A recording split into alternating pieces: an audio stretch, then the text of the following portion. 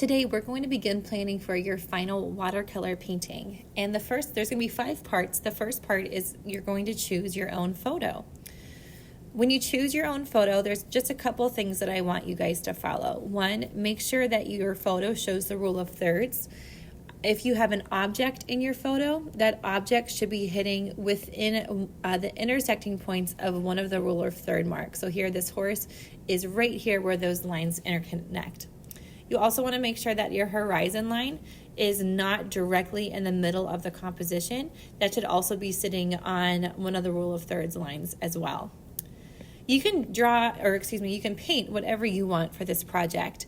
All I ask is that with whatever photo you use, it needs to have good color, and I want you guys to be painting from professional photography. I'm sure you've taken some really great photos, but for this last project, you need to be finding a photo from the website gettyimages.com.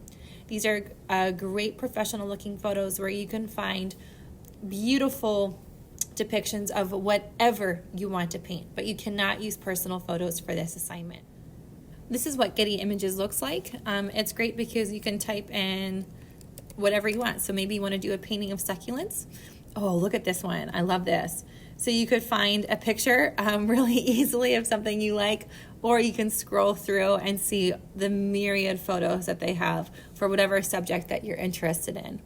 It can be as simple or as complicated as you want. We just don't want to do something too simple like this. That would not challenge you too much. So this little picture, I can't even click on it, but this little picture of this tiny little succulent would be a little too simple. You guys can push yourselves a little bit more. So try to find something that is simple enough that you feel like you can get it done within 4 days, but challenging enough that you'll be able to show off your skills, because this is going to be your final project, which will be the most amount of points. So yeah, choose a good photo. Your second part, you have to plan and mix your colors for every object in your photograph. So first, you have to mix your various hues together to match the colors in your photograph. After you've mixed every color you see in your photograph, you're going to write down what colors you mixed for each object, because this color mixing planning will help the painting itself go much faster. We're going to be completing this painting when we get back from Christmas break. So by having all of this planned out, you can start your painting and not have to spend so much time on it. This is an example of what I'd like to see. I have chosen this puffin photograph, and I have mixed all of my colors that I see within the work, and I've written down the proportion of each color. I like to break my colors down like fractions, where there's like 4 parts. So for my sky, I did 1 part Prussian, 3 parts cobalt. So I know when I come back after Christmas break, when I'm painting the sky, I need 3 times the amount of cobalt than the amount of Prussian that I'm putting in.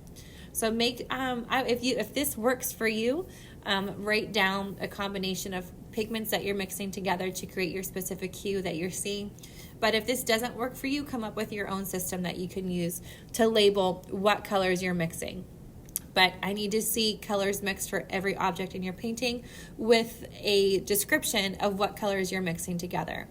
Take a picture of this portion of the assignment and you'll upload it into the document that I have for you in Schoology. The part 3 of this is I want to see how you're going to trace over your image, what you think is going to be important things to include for your painting. So whenever you trace over your image, you want to obviously trace over the main objects, but you also want to trace over mass value sections as well as little sections or details that need to be white. For instance, these flowers that I'm tracing over, there's a lot of white detail in them.